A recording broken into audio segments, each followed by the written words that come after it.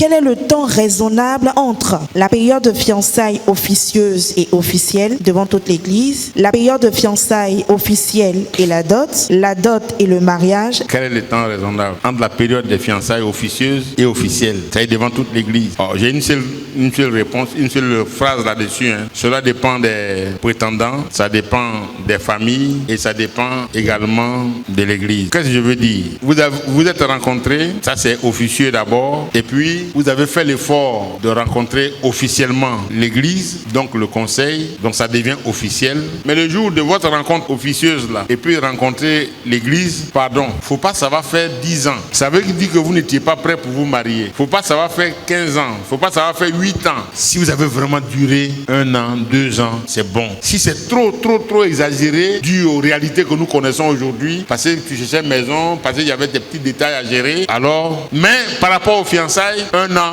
vous avez eu suffisamment de temps pour approcher les parents, pour approcher l'église. Attends, l'église d'abord, et puis ensuite les parents, pour que de manière officielle, les choses soient présentées, et puis on peut voir. Maintenant, la période entre les fiançailles officielles et la dot, là aussi ça dépend. Et de vous, c'est-à-dire et de vos familles, et des deux familles, parce que les fiançailles officielles et puis la dot, on a pris la décision, on a parlé de ça avec vous en semaine, nous on vous donne 1 mois. Et les 1 mois que Koumassi vous donne ici, c'est pour que de manière plus officielle, vous en parlez à vos parents. Pourquoi? C'est chacun va de son côté, il en parle à ses parents. Parce que nous présentons les fiancés dès que nous avons analysé leur dossier. On n'attend pas à la veille de leur mariage pour les présenter. On les présente 2 fois. C'est-à-dire on les présente d'abord en tant que fiancés, pour que tout le monde sache qu'ils sont fiancés, avant d'entreprendre les démarches auprès des parents. Je vais vous expliquer pourquoi. Parce que si l'église a analysé vos dossiers, vous mettez l'église dans votre dos pour vous appuyer dans vos démarches auprès des parents. Parce qu'en cas de difficulté, l'église est informée, l'église va prier, et l'église pourra même entreprendre des démarches pour vous aider, pour que la famille soit d'accord avec vous. Voici la raison pour laquelle il est important que l'église soit informée. Dès que vous êtes convaincus que Dieu est dedans, vous avez rencontré votre pasteur, allez-y voir le conseil. On vous donne 1 mois. Si on a déjà donné l'accord au conseil, on attend 1 mois, et 1 mois,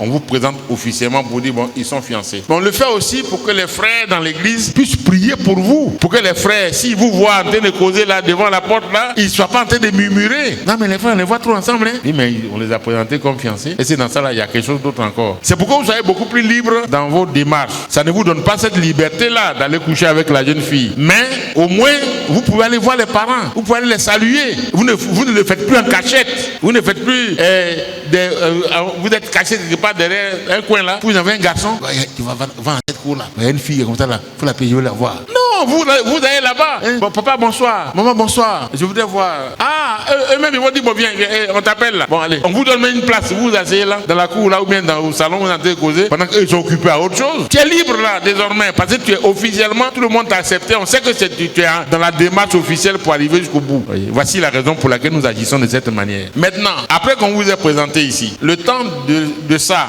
et puis la dot, ça dépend de vous. Non, on souhaiterait que ça ne prenne pas trop de temps. C'est pour ça qu'on vous demande si vous êtes dans le besoin de vous marier. Parce que si toi tu as envie de boire café, tu as faim, tu t'es réveillé matin, tu as faim, tu payes du pain, tu as chauffé ton eau, tu as trouvé ton...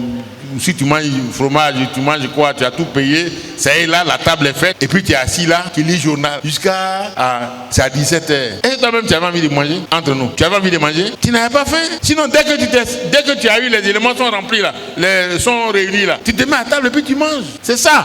Voyez. C'est pourquoi nous croyons que dès qu'on vous a présenté ici, ça veut dire que les parents sont au courant de vos contacts, de ce que l'église même aussi informé. Alors vous pouvez approcher. Vous pouvez approcher maintenant la famille pour dire, bon, mais quel jour est-ce qu'on vient vous voir? Non, il n'y a pas de problème, vous pouvez venir. Ça peut se faire dans 2 mois, dans 1 mois, dans 2 semaines, ça dépend. Ils vont vous dire certainement ce qu'il faut faire. Et c'est à ce niveau-là